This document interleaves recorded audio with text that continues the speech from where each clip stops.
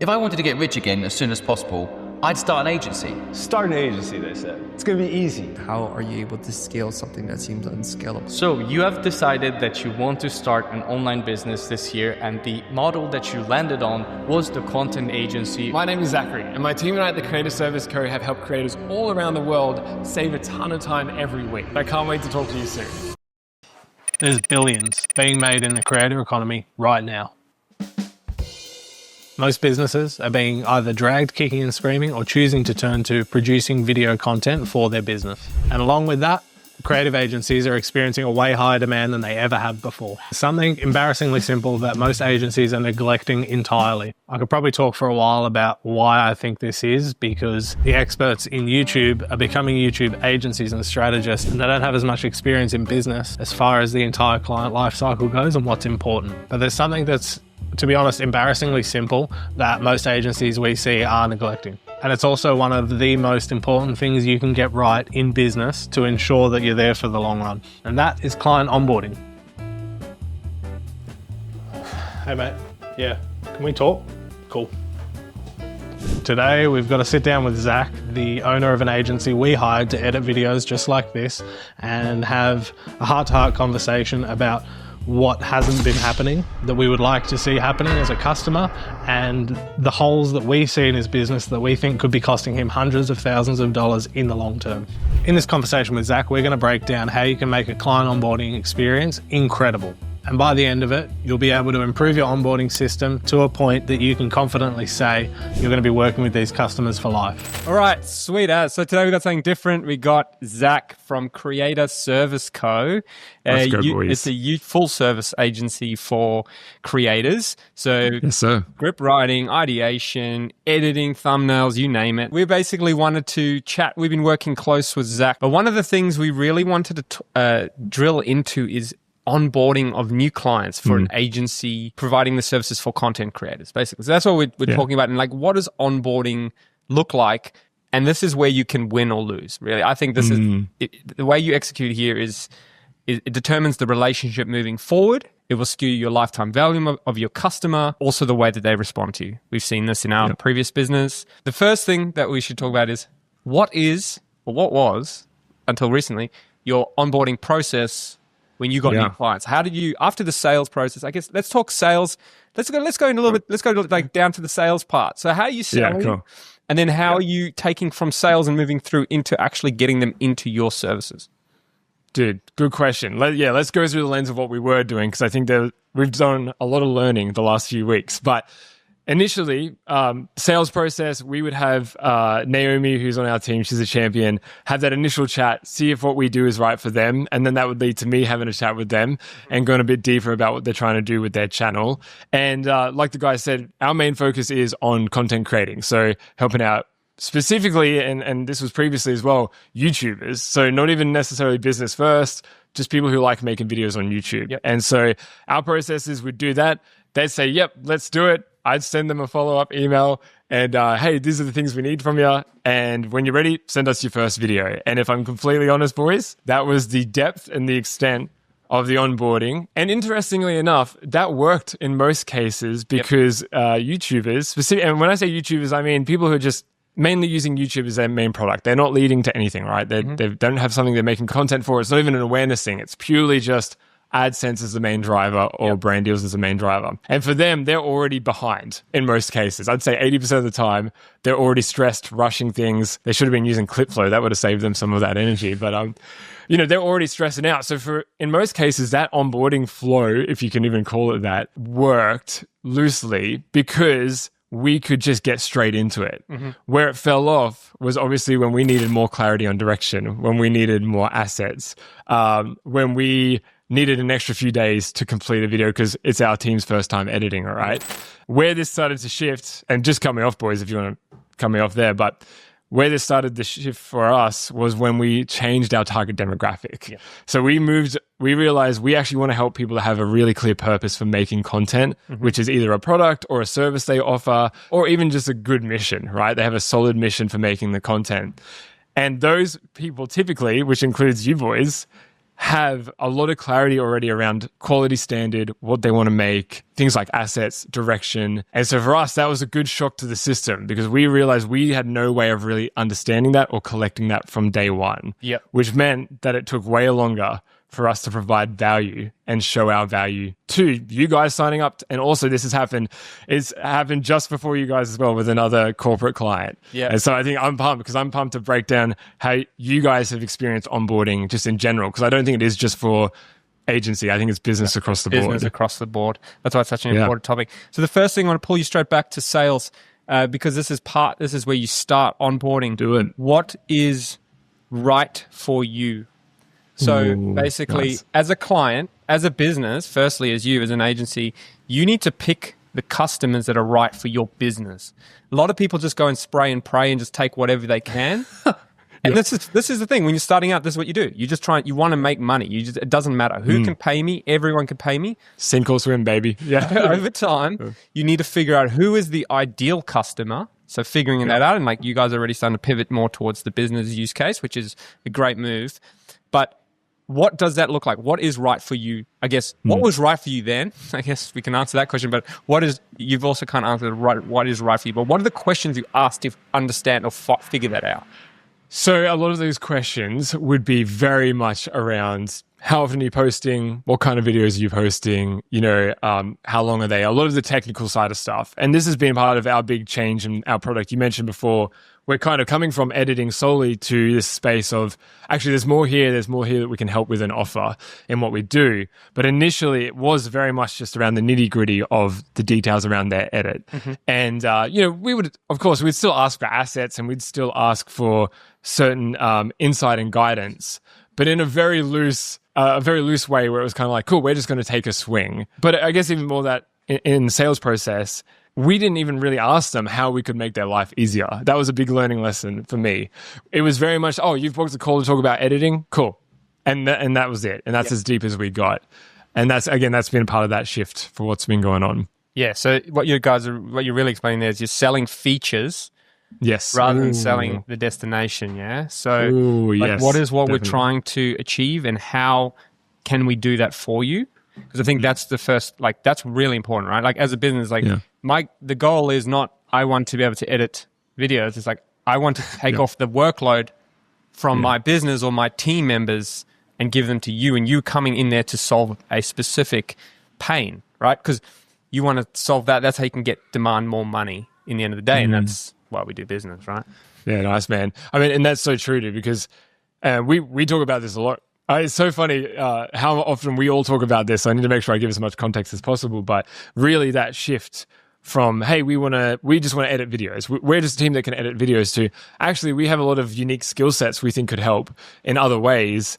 Suddenly now, the features actually don't really even matter as much in those conversations. If anything, they're a distraction from the important thing, which is, hey, how can we help you the most? What's the destination, right? Or the dream?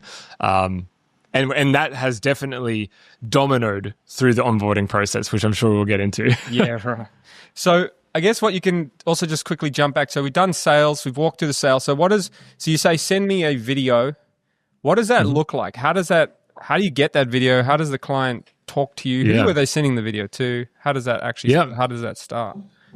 Dude, that's a great question, because that literally is, for us, we would consider that the jump off point. Okay, as soon as they've sent that, they've paid an invoice or they send us that video, usually it's just through either a Dropbox link or a Google Drive link, which comes with its own troubles.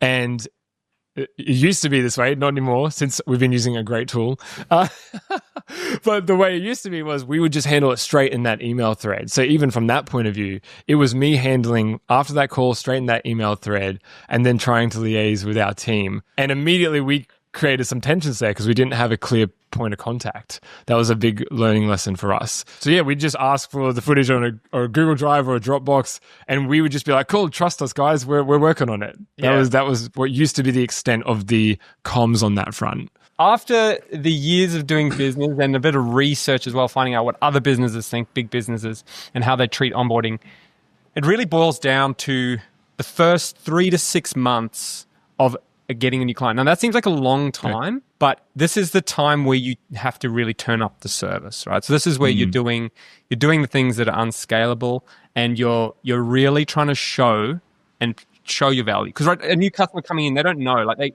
they might agree to a high ticket. It could be a high ticket service, and they're like, cool. Now the expectations are high because in the sales it's been like, hey, we can solve the problem, we can solve your stress. So now in the next 3 to 6 months, it's your time to actually show that you can do that, right? So this is, I think a lot of most businesses, they sign the deal and they go throw the contract and go, peace. The sales guy walks off and says, you guys handle it. And so many people fumble this. This is not a YouTube agency or a content agency thing. This is a business. All business. Every business we've seen this happen. And apparently, I think I've read before that people decide to leave or churn from a business in that first day based on that. Whoa. Like the day after, like it might not happen for years because it's an enterprise contract, but they make that decision almost immediately based on like how much they're contacted in the first 3 days or something like that. 100%. It's like dating, bro. It's like dating. Yeah. Honestly, because you've made promises. Yeah. Now keep Yeah. right? Yeah. Show up to dinner with your hat backwards. Oh no. Yeah, that's right. It's a classy look. So that's basically where we're kind of working from here in this conversation. It's like the first 3 to 6 months of, but I also think it starts prior. So within the sales process, you already want to be starting to prime people. You already want to be letting them get a feel of what's going to come, because then it's like the handover becomes easier. It's not just like, hey, I did the sale, here's someone else. Like, hey, CC email someone. The way you can do this is by establishing your expectation or their expectations, right? Realistically, it's establishing their expectation because you already know what's going. You also want to, by doing that, you can also protect yourself from like things like, well, I didn't know it's going to take 5 days to do an edit. You guys promised me it's going to edit, and like that's supposed to take an hour. So by doing that, you're going to do a lot of communication up front. So you're going to say like, okay, so when we onboard you, this is what's going to happen, and this is how it's going to happen, and this is the time frames things happen in. And you're doing this during sales because what you're doing is you already can figure out if this is going to work for the customer, right? Because you might say it takes 4 days to edit, and they go, well, that's just not going to work for me because I do it. And then like for us, Daryl and I do a podcast or a weekly catch up, and we need to ship that within an hour. So if we were only coming for that, guess what? In the sales meeting, we're already going to, you're not going to look at that and go, well, we can't do that. So then that becomes the breaker. It's like, well, maybe you're not right for us. And then no one's getting upset because you don't want, in the end of the day, you don't want an upset customer who then goes and talks about your product and says it's rubbish just because there was something just not said. So another thing that's really key to do when you're establishing the expectations is like say, this is how we work, right? So when you come on board, you will be assigned these people. These people will be your key contacts. And then even bringing in the account manager early on in the sales process. So like, it depends how many calls you do. Hopefully you can do this within one call and like nail it because you've already vetted the customer. But if you can do it in that call, it's like, hey, I'm Zach, own it. Here's person, key account manager for you. They will be the person you work alongside most of the time. I will be here doing this. And then I can already go, I know that face. I know that person. They've met. And then it's like when someone emails me from that team, I know who that is. So it doesn't feel like a cold handoff. It doesn't feel like a salesman brush off. You know how when you buy from bigger businesses, like even a car, it's like, hey, you buy the car, the salesman account manager jump in because there's value that they add to the conversation as well. So so good. They can look at that, they can provide feedback, and then you can already start establishing it. Because that's going to be ideally a long-term relationship, right? Or selling a customer, getting them, acquiring a customer acquisition is one of the most expensive things to do. So you don't want to lose that and don't want to drop the ball through onboarding that then reduces their lifetime value. Yeah, right? I see. Yep. So you can get the cost of acquisition down. That's a sales call, pre-conversion? Sales call, and then establishing expectations. Yep. And then next up, let's go through discovery call. Just quickly before I do that, how many calls do you usually have before it's like handed over and you don't speak to the person for a couple of months? I'm very in the weeds with it now still because of all of this transition stuff, even before we started thinking about our new approach and everything you guys have been talking to me about. But typically number of calls before we get into, we're looking at 2 or 3 calls pretty much. The big thing that I'm trying to get out of them, and this is, I guess, the new thing that I'm trying, I'd love to get your feedback on, is we really want to get a really good understanding of the channel they have, the content they're making, and really understanding who they're making it for. And we turned that into a channel blueprint, essentially, which is something we did internally, but now we're actually giving out to people, to our clients, not to everyone, but we're giving to them as a way of going, hey, trying to make sure they see that we understand, or we're doing our best to understand, and hey, give us feedback on that if we're not doing that right. But previously, before that, the biggest things we were just trying to do in the discovery call, or the deep dive call, we would call it, is just get a sense of their vibe and a sense of why they're doing what they're doing. That was kind of as deep as we used to go. One thing that I thought of, just because I've been thinking about it a lot lately, is like, when this is probably specifically for brands and companies, is when they're coming to you and they say, this is what we're doing, this is what we like, and you put together like, here's everything you said. A lot of the time, and I think it's from us too, like, we could be entirely wrong about our approach and having like very conflicting opinions. Because it's kind of like when you put something in ChatGPT and it's like, yeah, great job, dude. That's a great idea. You should, like, being a bit contrarian, saying like, this isn't a good idea. You shouldn't do it this way. Your ideas are terrible because you don't know anything about it. And I do, is also, there's probably a good opportunity there to be like, hey, actually, you shouldn't be doing this. And there's value in that. Even the way you're saying that, I'm like, oh, the value immediately in that. Yeah, because like, you know, and someone's going to come to you and be like, this is what we want to do, because maybe they read something and it worked for someone else. It's working for Alex Hormozy. I'll do it over here. You're like, no, that's not going to work. Do it this way instead. There should be like, they're trusting you. They're coming to you. They've already bought your program. They've bought your service. Recommend to them that they're wrong. Even though it's like, it's a little bit awkward to say like, here's everything you told me. I'm going to throw half of it in the bin because I think this will be better. Make those recommendations as well. And there's a way to approach it so that it doesn't feel like you're shooting someone down, right? That's just the way of giving feedback. It's just, that's a skill in itself. But what you are doing in that process is establishing authority. Because you're saying, you're coming to me, like, it's the same thing as when you give work to a designer and then you say, make the logo bigger. Right? Like, if you're going to do that, then why are you hiring a designer? If I'm going to come to you and tell you exactly how to edit, then why am I hiring you in the first place? You're supposed to be an authority. You're supposed to know more than me. That's why I'm going to pay top dollar. Right? That's how people think. And realistically, that's the clients you also want to start weeding out early on. It's like, well, I think, if you approach it wrong from the start of a we just do whatever you say agency, you will become that. And all of your staff will be like, okay, I'll just hamster wheel, just do whatever the client says. And you're like, I don't actually want that. I want to make you better. I need to tell you what to do in some regard. Ooh, you guys are hitting a pain point for me, big time. And I'm so glad talking about it, because that is, in some sense, that boundary setting is something that I've never done. Could be a whole deeper conversation around that, around people pleasing or whatever. But you're totally right, Darren, bro. Like, I saw it impact our team, burn our team out. The quality of work's just dropping off a cliff. And it's because we're just saying yes to everything we can get through the door.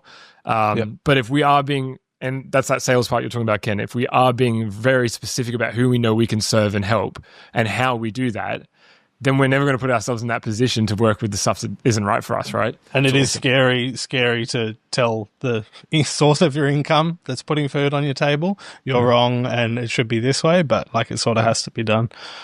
Yeah, people respect that. Honestly, it's like it's the authority thing. It's like, dude, I'm loving it right now. I respect the heck out of you guys for taking the energy to do it for me right now. So, and I'm not even paying you guys. So maybe I should. But like, my point is like, it's I'm learning that the hard way in a good way, that actually it's okay to jump in there. And like you said, there's a way to do it where it's not cutting them down. It's actually empowering them. It's like, hey, cool, that's awesome. Let's shape it this way because that's going to actually get to your result. Yep. And being firm. So the one other thing is, you said in the discovery call, you're understanding the channel audience and the vibe and the feedback. I think something that could be really important, especially as you pivot towards business, is actually understanding the business. Like, the channel could be completely wrong and the vibe could be completely wrong. So it's not even something you want to really focus on. It's like, that's cool. That's what you're doing and that's your vibe. And I'm going to copy it. No. To really deliver something of value is I need to understand what you're doing. Like, why are you doing YouTube? Or why are you doing Instagram? And it's like, you might be doing Instagram, but maybe you should be doing YouTube, right? You're chasing views here, but maybe we should do, like, you've done this, a lot of the strategy, and I know you guys can do it. Like, you can do it definitely really well. So it's something you could lean into. And it's like, well, let's understand your business. What are you trying to sell? Let's try and figure that out. Okay, are you trying to sell widget? You're trying to sell service? Cool. What does your service solve? How can we make videos that address that? Not try and copy your vibe. Like my vibe's cool, but it's like you're missing your audience, right? You're just trying to get heaps of views because you did the latest TikTok, meme reel, and you got 1 million views, but you made 0 sales. So how do we do that? Because then you're actually providing value, and if you can drive money to a business, you're irreplaceable. Like no one's going to swap you out. Why would they? Yeah. So no, that's good, That's man. a good question you could ask. We've done this. We've signed the deal. We've sent an invoice to the customer. They've paid the said invoice. Now we are doing handover, right? Nice. This Let's is do where it. people fall apart a lot, and we've kind of touched on that already. But this is where I think it's really time to sit with them and literally hold their hand through the process. So let's go through what Zach has currently first, I reckon. Like, what are all your touch points? Do you have a little schedule set out, written down?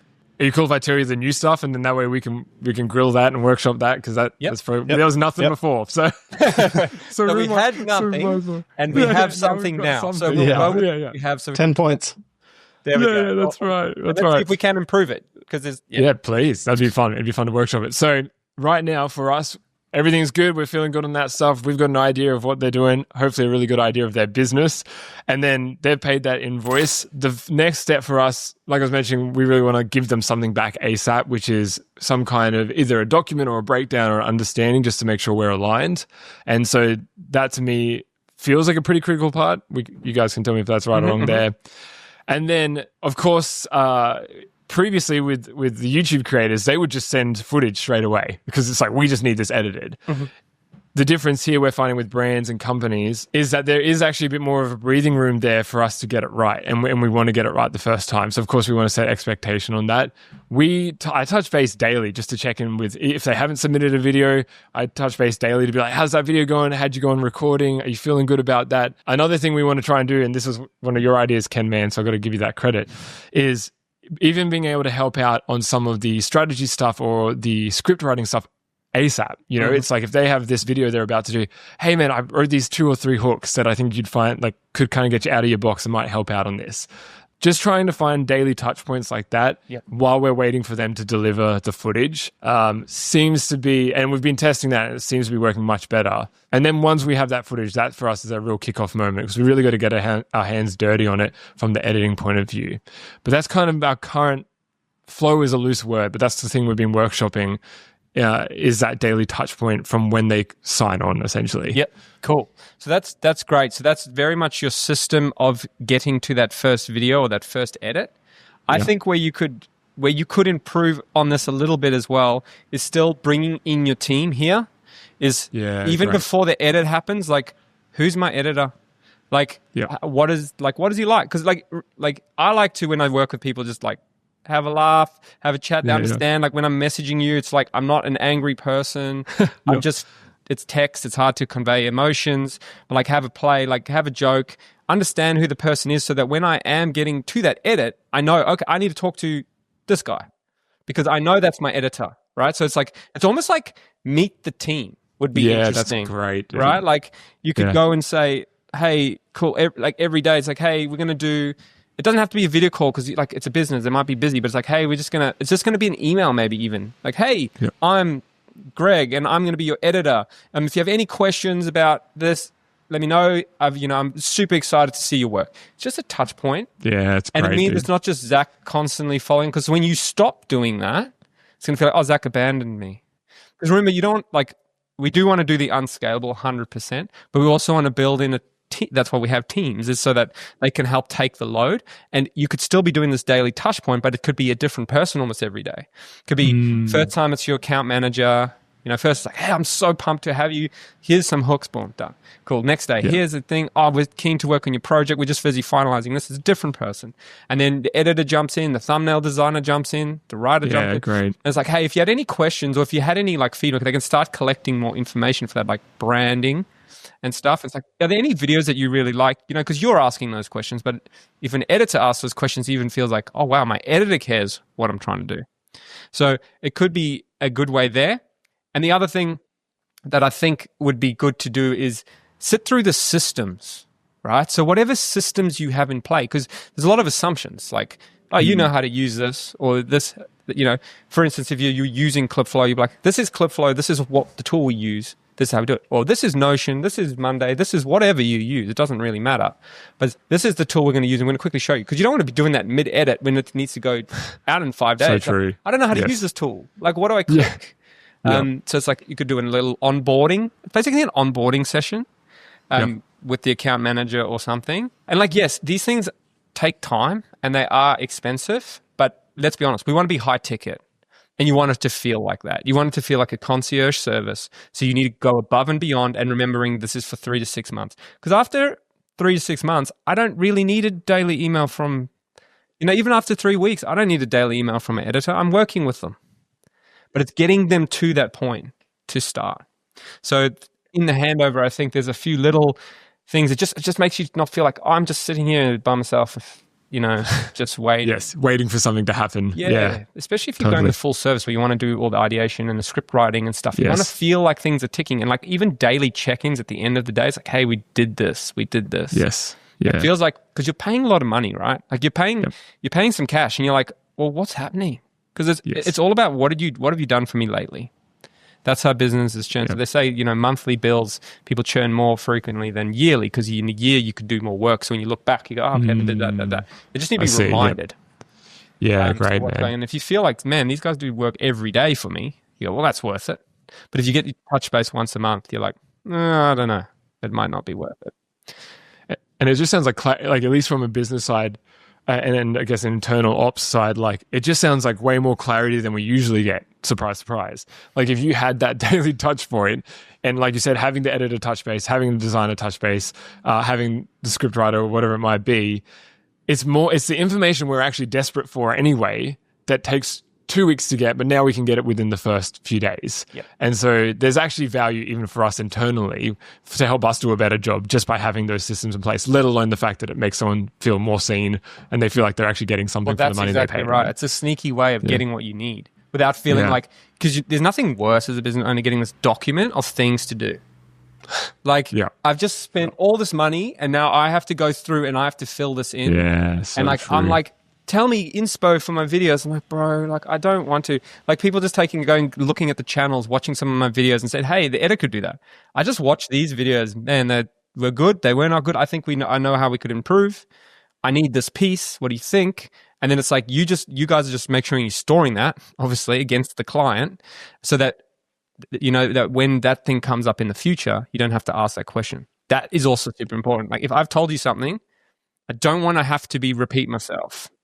I told you that. I told you to watch that video. I told you this. It's all documented and stored. I think that is super key. So that's awesome. That's part of the handover. Yeah, I love it. Yeah, so just to put that on like a map or a timeline, 1 minute, 5 minutes after they've paid their first bill is when the first email should be going out. That's like, welcome to my agency. Then another one. Like you could put the what to expect either in this email or your email, but one from the agency and one from you. Thanks for doing that. I'm putting the team together and briefing them. We're going to contact you tomorrow with your brand doc. We're going to contact you in 3 days with this. Your team will be together by this time. And in each of these emails, tell them like the next time frame to expect the next communication. So they're never left wondering what's happening because they're like, they got an email from you the second they paid to make them feel good. You made a great decision. Here's what's going to be happening over the next couple of days. Here's all of our, like, and you can front load some of this stuff in the discovery calls as well. You can tell them this is how long things are going to take. If you get us all of this information by this time, it'll be 2 weeks before we can get you a video. You can do that, or you can just drip feed it to them. So like, and like Ken said, introducing the team, you have them jump in. Like it's a little bit complicated because then you got to make sure people are doing the right thing of sending the contact or automate it and putting the information in the right spot.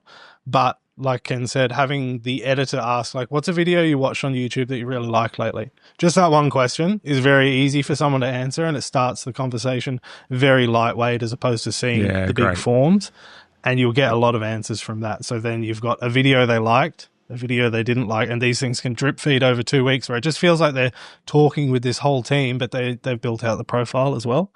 But I think just the key is just the expectation of you'll be contacted in 3 days when your brand profile is ready, and I've briefed the team, put the team together, and then on that 3 days, make sure that the email goes out that says, these are your team members, they're all going to reach out to you today or tomorrow, and then by today or tomorrow, all those emails have gone out, and they always know the next thing is coming at this time frame. That's absolute fire. Just so if you're taking one note, just take that note, because that was freaking so good, so spot on. And like, you can automate, yeah, sure, but no, not now. This is not the time to automate. This is the time you can say to your team, the first half an hour of every, like, you're not, let's be honest, we're not signing 20 clients a day. And if you do, then cool. Now it's automation. Yeah. But in the beginning, you're probably signing couple of weeks, maybe. Yeah, the only key thing is making sure it absolutely 100% gets done. It's like priority number one. I know you've got editing to do, but someone is spoon feeding them exactly who they need to contact and why, and what's meant to be in the email even, but they have to send that thing first, and it's on a checklist and it's getting done, and someone's checking that it's getting done and that the information's getting put into the right place, because that's where all of it will fall apart if, like, oh, I forgot today. You know what? Cool, you just broke the whole. Yeah, it becomes a culture thing. So it's 30 minutes of. It's like when you do emails. Like, as a business owner, you come and you do your emails for the day, and you move on, and then you recheck them in a couple of hours again. But this is, as your team's like, the first half an hour of the day is you do your onboarding work. And that is this. And like the same, it's like you should have time for training work. How do you get it better? So all these little blocks, but it's like, this block is this. It's a non-negotiable. And this is going to be a KPI. If you don't do this, you're failing the whole business. Because you're not going to have videos to edit. Like, right? So it's like that. You just make that the thing, and then awesome. Make sure you put it in your process. But we used to have this concept of red alert, right? So when a new customer came on, and unfortunately it ended up happening more when they were getting really unhappy, but let's chuck that to the side. We had a lot of problems at that scale. We had 400 people, so it was a bit hard. But red alert meant like you're a new customer. So any support ticket that came in was first answered. It's like, that is just how it is, because you want that person to get the best experience. And this is about following this onboarding process, right? And we've learned these lessons by failing, right? Yeah. I'm not going to pretend that we got this right. At scale, it's very difficult. Yeah, dude. As long 100%. As priority. That's so good, man. Fire up. All right. So, next step. So, we've done the handover. Now, this is part of the handover, and we've kind of touched on it, but it's the clear and constant communication. This, for me, is the biggest thing that businesses get wrong. Now, I am doing a new house build, and I'm dealing with a lot of different businesses, and this is where everyone fails. Everyone just does not communicate. Like, you never want the client to ask the question, in my opinion. Yeah. Like, unless it's random. Yeah, where is this up to? Where's this up to? That's a waste of an email. Why am I doing that? So, like that just alone, it's just a constant communication, and it's clear, and you deliver on what you say. Like, if you say, like, I don't like the idea of like, it's going to come today or tomorrow, just personally. I like to just be like, it's coming today or it's coming tomorrow. Choose one, commit, and send. Because it means you're a person of word. So when I say, that edit's going to be done on Tuesday, I know that edit's going to be done on Tuesday. Not Tuesday or Wednesday, because then, hey, what? You've just missed my deadline. Like, I don't want to work with a company like that. I want to work with a company that says, I'm doing this today, and it's done today. Right? And then I'll pay money. And I'll pay lots of money, and someone new guy will come along and say, hey, I can do it. I go, you know what? These guys deliver every time. Why do I bother switching? But if they're not delivering every time, or, my video was delayed by a week, that annoyed me. Okay, I will actually entertain your service. So that's there. And then I think you've done the handover, and then it comes back to that, like, now we've followed up with our team. We're kind of collecting information. Now comes the first video come into the raw files. How do you deliver quickly? What can you do to do this? And I think we talked about this, and it was, instead of trying to take a big swing for the fences at hitting the first edit perfect, deliver 5 variations of the hook. Yeah, we all know that's the thing that sells the video, and that's what actually gets it. And if you're doing a full service, do 5 swings at the packaging. Do 5 thumbs, 5 titles, 5 hooks it's like 30-second edits 5 times. And you're going to give like, whoa, that was way more than what I expected. Yeah, and then you can get different styles. The key is to be different styles. So you're going to be swinging for all, because you're just trying to go wide so you can come narrow. So go wide with their stuff. Maybe chuck one that's fully off field, left of field for them. It's like a completely different style of stuff. And it's like, okay, it might be a throwaway, but then I go, oh, I actually really like that. I never thought about my videos in that way. You deliver that. You deliver that quickly.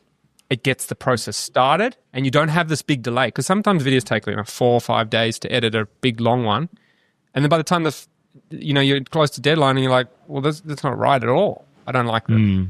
Totally. And it leaves you in a really awkward position. Yeah. No, that was a good. Yeah, that was one of the best ones. Yeah, that you shared through, man, because. And for us as well, it just gets action going straight away. So reps on that style, on that client. And again, the biggest thing we're always struggling with is clarity on what somebody likes. But by doing that, we immediately have the easiest, it's like a form. They just know, oh yeah, I like A, B, and C, or I just like A. We just get clarity straight away as a team, rather than doing a month's worth of videos. And they're like, yeah, I don't know if I vibe it. It's like, whoa, okay, we had no idea, right? So it just takes away all of that kind of uncertainty, at least from an editing side, right? I think it'd be really interesting, even for the thumbs, right? Like it's the whole thing. Like, and you just iterating, and it's a whole about that whole thing of iterating and pivot and adjusting. So you're just sending 5 different things, and it's like, choose one. And they go, cool, or choose none. It doesn't matter. It's like, they all suck. Hopefully not. Hopefully you don't get that. That would, you need to have a hard look in the mirror. But so I think the iteration, the delivery and the iteration, and this is like in any business, like if you can deliver quickly and iterate fast, and like I said, we started in the beginning, we communicated what's going to happen. We communicated this. So they know they're going to expect this, and they know that these are just going to be conceptual. Yeah. This isn't the final, because when you send me a 10-minute video, it feels like that's the final. That was your best effort. That's it. That's the best one. That was the best effort. That was like all the brains were thinking on it, and it might not be. It's just a first pass, but it's sometimes, especially at high tech, it feels like, oh man, like it can make you double think. So you don't want that. From there, obviously, in business, we are all going to make mistakes. There is no one that makes none mistakes, and if you do, except for Daryl, bro. He just gets it. You know what's funny is I was just thinking about when Ken was saying how many times we've like messed up with customers and red alerts and stuff. I was taken back to like a 1-hour conversation where a customer told me that it was the worst onboarding experience they'd ever had in their entire lives. And like just going through all the stages of just listening, knowing that there was nothing I could do to help because they were completely like so pissed off they'd never come back, and just listening through the whole thing, it brought back like heaps of just awkwardness where I was just sitting there. Yeah, we mess up all the time. That one wasn't actually my fault, but in a way it was, because like I like taking our eye, we've taken our eye off the ball in the onboarding stage and let other people handle it, and it just fallen apart. But yes, we all make mistakes. And do you know what's funny? You can have the best product, but if you fumble this, you've lost it. They're never even going to use your product. They're never going to see the edit. So why bother? You know what I mean? Like you have to nail this, and people don't understand. Like onboarding after the contract's signed is the most important part of the relationship, and it's how you get the longest time. You want a client to stay with you for as long as possible. The longer they stay, the better it is, the more stability for your business, the more money you can make. It's just winning all round, right? Yeah. As you scale, you're going to start paying for ads. You're going to start doing more time. Even if you're doing YouTube videos as an agency, that costs time. That costs money. So you want to hold that customer as long as you can. Right? Now, we all make mistakes. So how do we address that? And I think the first step to making mistakes is actually taking responsibility for your mistake. Yeah. So many people do not do this, and so many businesses do it, and it makes me so angry. It's like, you made the mistake. Take it. Just accept it. I spent there was a mistake that happened in my build. It was about a 3-week process of my time. And then I said, I found out why. The document's marked up wrong. And they go, whoops, sent the wrong one. But no one wanted to take the responsibility. And it's like, if you said, I'm so sorry, I wrote the wrong thing. It already takes a sting. But now you just insulted me because you've wasted 3 weeks, plus you're not accepting responsibility. So first step is accept responsibility, right? You can putting that into your staff as well, your team members, like that they can do that, And it So doesn't, true. especially when you're doing outsource with other countries that have slightly different like society structures where they're like taking responsibility means they will be blamed and that's a bad thing. You've got to like impress that on the whole team of like, you can take responsibility for something and apologize for something. Even if it's not your fault, it's okay because we're all a team. Make sure they all know that as well so that you don't have to step in and say, oh, that's my team's bad. Sorry. Like they need to know that they can do that. Yeah. Well, you don't want to ever do that. It's like, oh, my team made a mistake and I'm so sorry for that. Like, that's bad because now it's like you've just put them down and it's like, I don't want to work with your team anymore. I want to work with you. Now you've just created a key man risk or key man problem. Yep. So why do you want that? You don't want that. You want to, like the person who made the mistake opts into a mistake. But the funny thing about mistakes, and this is where we're going with this, is that is actually an opportunity to shine. We've done this so many times. It's not about just fixing the mistake. It's about how can we now take that mistake and 10x what is the expectation of that fix. So like there's so many ways of people can do this and there's so many different examples, but it's just about going above and beyond. So like Hormozy talks about like if they made a mistake with getting people to fly in for a conference that they never had. So they all rocked up, they paid their tickets and he's like, we could have just refunded them their tickets. But that is not the same because the person's wasted their time. They're super annoyed. So how do you go above and beyond? You refund all that stuff. That's just to get you back to pretty much zero. Now, how do we make you go to 100? So what can we do here extra? So what can you do? Good. And like, how can we like, I mean, it's going to be hard for me to come up with something on the spot in video editing, but it's like, hey, maybe the month's free. Maybe that's like, it's a comp. Like, I'm so sorry that we missed that deadline. Here's a free month on us. Because realistically, as a business, it costs you money, but not as much as hopefully.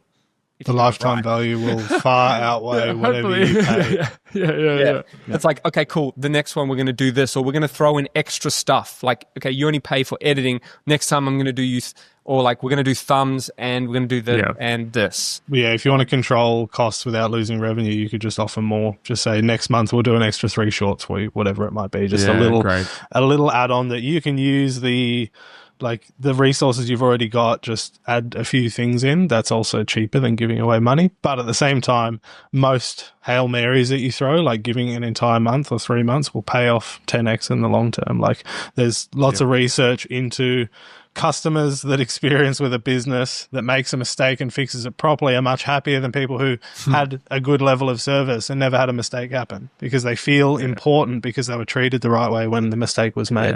Yeah, you value me. You value me. You made a mistake. People understand that happens sometimes. And it's like, well, as long as you accepted it and then you quickly fix it. So the next part of taking responsibility is fixing it fast.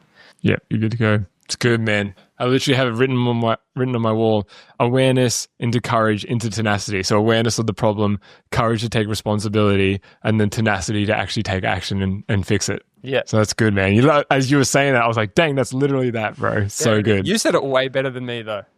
No, Not I think that was Zach's the soundbite. Use that soundbite. No. But that's friggin' awesome, man. I think the thing that hits so hard for me is that action piece, right? It's one thing. And we've worked with people. It's like, sure, they can be apologetic about it, but it's like, is something actually going to happen though, or am we just going to do this on repeat? And that's it's the hardest part, and I think that's the painful part. But like you said, it's worth doing because you don't need more leads in that case. You need to have this system sorted out. Yeah. And like usually that seems to happen when because we saw it happen a lot where it was you say you're going to fix something and you pass it on to people you trust to fix it, but those people are also working on everything else. So you really do need to be on top of it and monitor it and step in where possible, especially when the team size isn't you're not over resourced, you're under resourced generally because you want to stay a lean team. And you've got to make sure those things get followed up on because we've dropped the ball in that regard before where like something goes wrong. You say, we're going to fix it. We're going to be better now. And then you tell someone, go make sure it's better now. And then they can't, not because they don't want to, but because they've got other stuff and they don't want to let other clients down as well. So those are the times where you sort of have to jump back in. Yeah, and I think that highlights a key problem, right? And this is in any business. It's like you want to be high ticket. There's no if you're going for you're either low ticket or high ticket. There's no mid ticket. There's no mid tier. So to be high ticket means a lot of things for your business. It means you get to charge more money And then what you pay for your stuff versus what you get in is way higher. So it means you have a bigger buffer. It means you can be overstaffed. You could have one extra person running at 20, 30, 40% capacity because you got the money to do so. You can pay better people so you don't have to keep making the same mistakes. It opens up a whole world, and that's where you have to have client selection. By fending off the everything, it leaves room for the 20%, because the 20% of all your clients make you all the money. That's usually in anything. It's the 80-20 rule. It applies pretty much to everything. So you're going to have 20% of your customers that pay you 80% of your money. So now how do you find more of the 20%? And you keep ratcheting up your 20% so that you can keep getting better and better people and having more resources that are capable, because then you don't have this under-resourcing problem. And we had that problem because we were very much low ticket or racing to zero ticket. Right, our system, like, we would charge very little for how much service we had to do, because it was like just the industry we were in was just it's not ideal. So we had that problem. We were trying to save money, use quality for the amount you pay for a company support, and then you end up with that problem when you could have just paid way more money, and had a higher ticket and a higher service. And then your whole business is better because you don't burn people out. You don't look stupid because you don't keep making mistakes, and you win. And that's, I think, the whole point. If you can nail all this, you can actually play in the high ticket, because I think you have to nail this to play in high ticket. Yeah, definitely. You know? It's not something you just sign up for and automate. Yeah.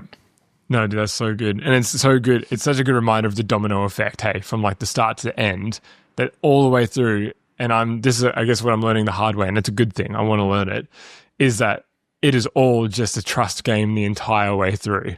And at any point, the smallest thing just breaks trust, you know? And, but it's good. Like, it's a good challenge, because that's where the special stuff happens, I'm finding, is, hey, when we actually do nail that process and we've got that locked in, we have more fun in general. We enjoy the process more. They get more value from us than they're even expecting. And so we've had moments of that, but getting that, I guess that's the difference between being a freelancer and running a business, right? Is like, okay, well, now as a business, how do we do that on repeat? Yeah. That's the big thing. So, no, that's awesome, man. My mind is like churning on all the things that I want to try and implement and do. So just do one thing at a time, because the cost of change is high on your team. So you choose the thing that's going to deliver the most amount of value in the beginning, and then just work through that and do it slowly. And only change, like, I was listening to an episode of Amazing today, and it's just saying, only change the things you know are going to change. Some things is like, you just got to let the fires burn. You know it's not right, and we do this all the time because we're a team of two. So there's so many things we want to do, but it's like, is it going to improve your business by 20%? Because the cost of change is 20%. So you're going to be at zero. So either you just leave it and let the fire burn, or if it's a major thing, like you're like, I can get a 50% uplift here, and you can, not just guessing, you do it. But I think onboarding as a process in a services-based business is so important. It's one of those things that you can tighten up to basically solve a lot of other problems down the road. And I think you can get a 50% uplift at least by doing better onboarding. It just gives a better experience, and you can push your ticket up. No, this is why you do it. You do the things, because it was Zach talking about how it's hard, but I'm saying you do the hard things to put yourself away from every other competitor. No one wants to do hard. And if you step up to the plate and do the hard, there's no one who can compete with you, because you are doing the things no one else wants to do. And competition is a myth, right? Like, you don't have to worry about them. You just keep doing the hard things, and people just fall off because they just don't want to do that. They want to automate it all with AI. And it's like, yeah, bruh, not going to work, because people want to talk to people. So here we go. So good, dude. That's it. So good. Do the hard thing. I'm stoked. I'm like, we weren't filming this, I would have been stoked, bro. Like, I love it. We've had enough of Ken yelling at the screen. No, dude, it's good, man. It's good. I know it's obviously good content, so there's a lot of win-wins around the place, but it's just so good to talk about and not just be like staring at like a Figma flowchart or something, you know? Like, it's just so good to talk about. That stuff's important, but it's just nice to just hear that real-time feedback. It's just sick. Yeah, we forgot to record a CTA. Yep. Okay. If you're an agency and you've seen all of this and you're looking to improve the client experience in the onboarding, we've also got Clipflow, which can help you improve the client experience over the long term and help you run your agency even better. If you want to check it out, the links will be available down below.